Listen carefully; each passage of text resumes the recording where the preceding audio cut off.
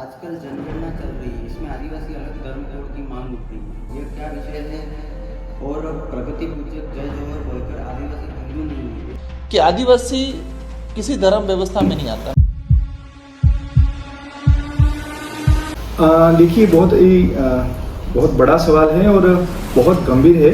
हमारी आदिवासियों की पहचान से जुड़ा हुआ है और हमारी आत्मा से जुड़ा हुआ विषय है।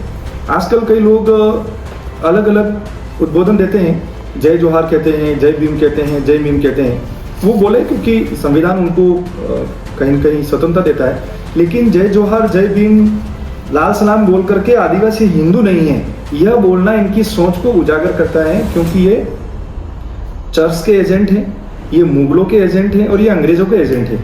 ऐसा मैं इसीलिए बोल रहा हूँ कि जब देश आज़ाद था, 1950 से पहले की स्थिति को ध्यान में रखना होगा। 1950 में जब संविधान ने मौलिक अधिकार दिए, स्वतंत्रता का अधिकार दिए, हक अधिकार दिए, उससे बाद की क्या परिस्थिति बदली। 1901 में जब ब्रिटिशर्स ने पहली बार जनगणना कराई, तब आदिवासियों को एक अलग धर्म कोड देकर एनिमिस्ट प्रकृति पूजक ऐसा कहा। एनिमिस्ट प्रकृति पूजक कहते ही आदिवासी भारत की मूल आत्मा से अलग होते हैं। यह एक षड्यंत्र था। 1911 और 1921 में ट्राइबल रिलीजन्स ऐसा कहा। यह एक षड्यंत्र का हिस्सा था और 1931 तक एनिमिस्ट और ट्राइबल को अलग अलग धर्म कोड देकर बांटने का पूर्ण प्रयास किया। यह अंग्रेजों ने इसलिए किया कि वो आदिवासियों को भारत की मूल संस्कृति से अलग दिखाकर धर्मांतरण करना चाहते थे, ताकि हम चले जाएं लेकिन हमारे लोग पीछे रहें। 1950 में जब संविधान सभा की जब बैठक हुई, तब जयपाल सिंह मुंडा ने पुनः इस विषय को उठाया, क्योंकि जयपाल सिंह मुंडा खुद भी एक धर्मांतरी दिशाई थे और उन्होंने कहा कि आदिवासी को अलग धर्म कोड चाहिए।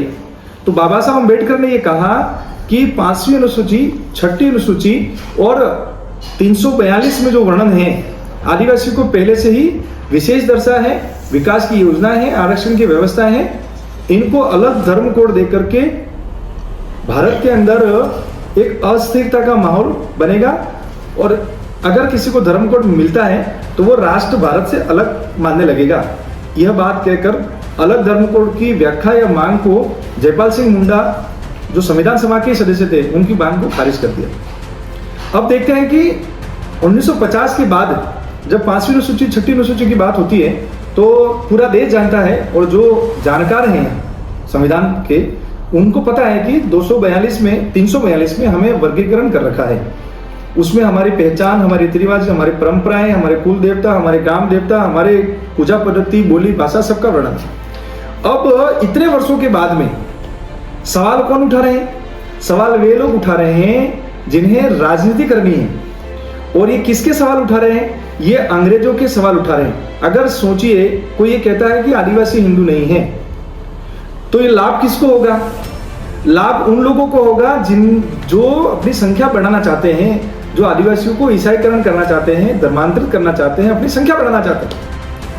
लाभ होगा मुगलों को, लाभ होगा सेकुलरिस्ट कहने वाले, लाभ होगा तथाकथित वे सभी लोग जो जेएनयू में खड़े होकर ये कहते हैं।